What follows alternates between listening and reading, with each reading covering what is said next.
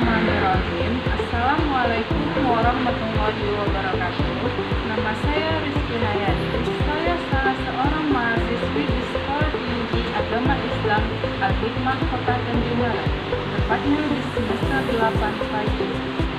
Di video kali ini saya akan menjelaskan materi pembahasan saya yang berjudul Iman kepada Hari Akhir dalam rangka tugas PPM saya. Adapun yang saya jelaskan di video kali ini yaitu: pertama, pengertian hari akhir; kedua, nama-nama hari akhir; ketiga, macam-macam kiamat; keempat, surga dan neraka; kelima, dan tanda-tanda hari akhir. Sebelum saya melanjutkan ke video selanjutnya, jangan lupa untuk tekan tombol subscribe, like, dan komen. Oke teman-teman, selamat menyaksikan.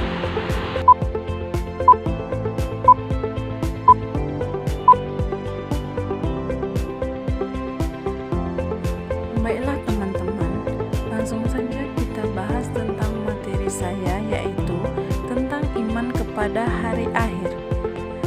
Baiklah, di sini saya akan membahas terlebih dahulu pengertian hari akhir. Hari akhir disebut juga hari kiamat.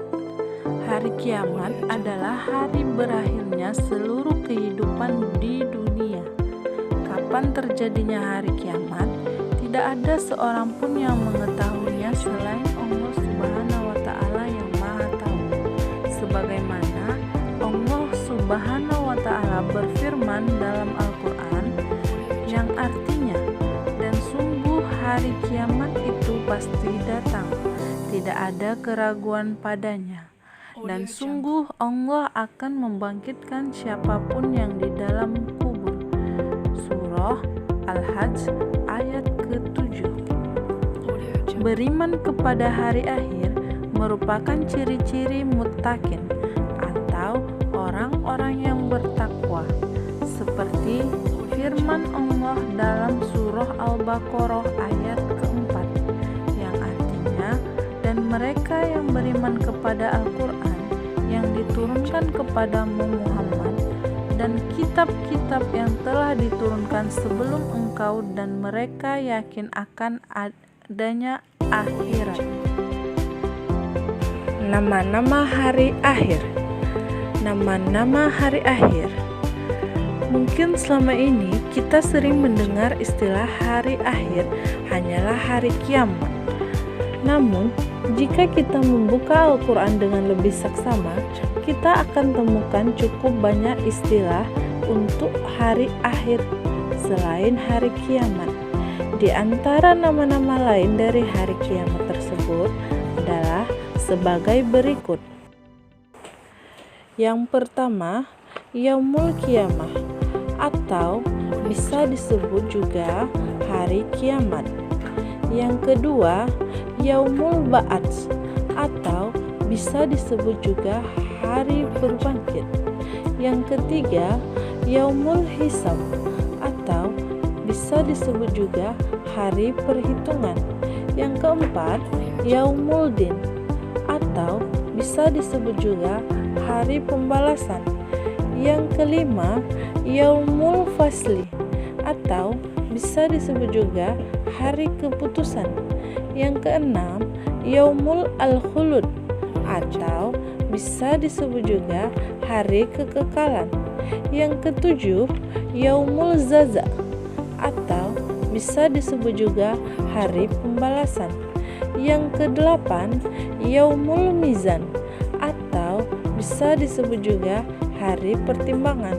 Yang kesembilan, Yaumul Talaq, atau bisa disebut juga hari perceraian. Yang kesepuluh, Yaumul Zami, atau bisa disebut juga hari berkumpul.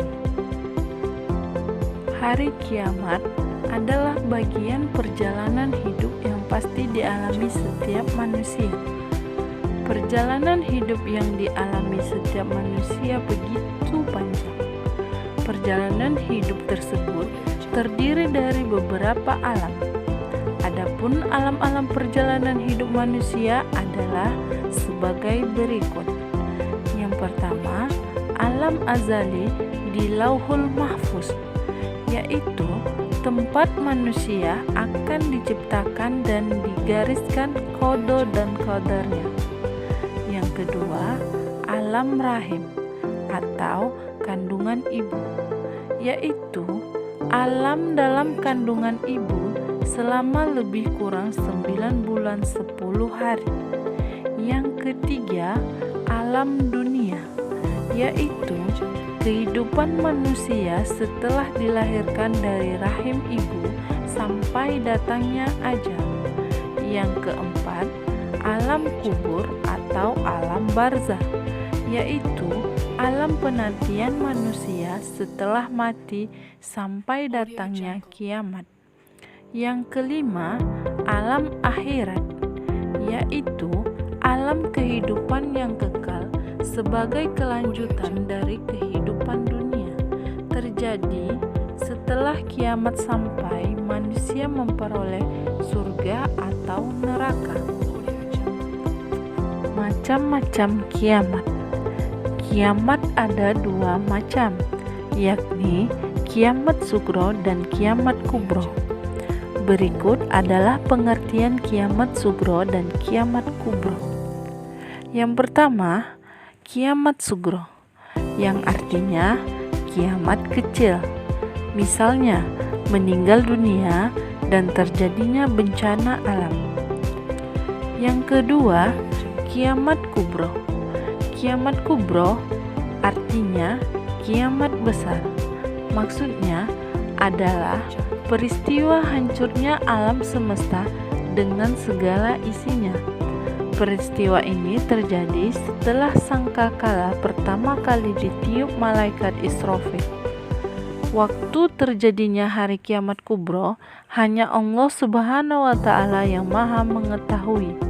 Allah Subhanahu wa Ta'ala membangkitkan manusia dari kuburnya, mulai manusia pertama Nabi Adam alaihissalam hingga manusia terakhir. Setelah seluruh manusia dibangkitkan dari kuburnya, masing-masing mereka dikumpulkan di padang mahsyar. Maksud dari dikumpulkannya manusia di padang mahsyar adalah untuk dihisab atau diperhitungkan amal perbuatan mereka ketika di dunia dengan seadil-adilnya. Peristiwa ini disebut dengan Yaumul Hisab. Yaumul Hisab memiliki 4 tahapan, yaitu sebagai berikut. Yang pertama, tahap pertanyaan dan jawaban. Yang kedua, tahap membaca kitab catatan amal. Yang ketiga, tahap melihat rekaman dan gambar amal manusia ketika di dunia. Yang keempat, tahap timbangan amal atau tahapan mizan. Surga dan neraka. Setelah ditimbang dengan adil oleh Allah Subhanahu wa Ta'ala, datanglah hari pembalasan yang disebut dengan Yaumul Jaza. Maksudnya di sini orang yang berat amal kebajikannya akan mendapat kehidupan yang bahagia, yaitu akan ditempatkan ke dalam surga. Sebaliknya, orang yang berat amal kejahatannya akan mendapat siksa dan akan dimasukkan ke dalam neraka. Adapun nama-nama surga dan neraka masing-masing memiliki 7 macam. Di antaranya yaitu pertama, nama-nama surga sebagai berikut: surga Firdaus, surga Ma'wa, surga Khuldi, surga Naim, surga Ad, surga Darussalam, surga Darul Jalal. Yang kedua, nama-nama neraka sebagai berikut: neraka Jahanam, neraka Lazza, neraka Hutamah, neraka Syair, neraka Syakar, neraka Zahim, neraka Hawiyah. berikut ini adalah tanda-tanda hari akhir. Tanda-tanda hari akhir akan terjadi dengan adanya tanda-tanda sebagai berikut. Yang pertama, terpecahnya bulan. Yang kedua, munculnya Dajjal. Yang ketiga, munculnya Ya'juj dan Ma'juj. Yang keempat, terbitnya matahari dari sebelah barat. Yang kelima, turunnya Nabi Isa alaihi salam. Baiklah, cukup sampai di sini pembahasan materi saya. Semoga bermanfaat bagi kita semua. Saya sudahi dengan